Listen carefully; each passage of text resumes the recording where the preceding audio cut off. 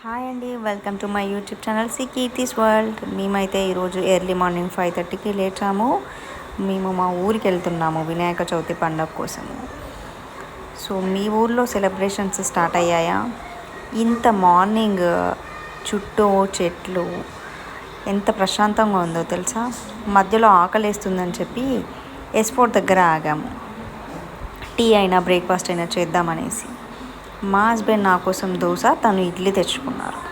దోశ బాగానే ఉంది. ఇడ్లీ ఈ S4 వచ్చేసి మనకి హైదరాబాద్ నుంచి కరీంనగర్ వెళ్ళే మధ్యలో సిద్దిపేట దగ్గర మనకు కనిపిస్తుంది. సో ఇలా మేము మా బ్రేక్ఫాస్ట్ని కంప్లీట్ చేసాము.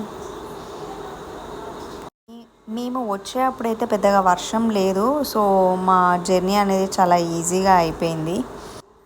ఇలా మా ఊరికి వెళ్ళే దారిలో చుట్టూ పొలాలు, పచ్చని చెట్లు, ఇంకా ఈ చెరువులు కాలువలు ఉంటాయన్నట్టు.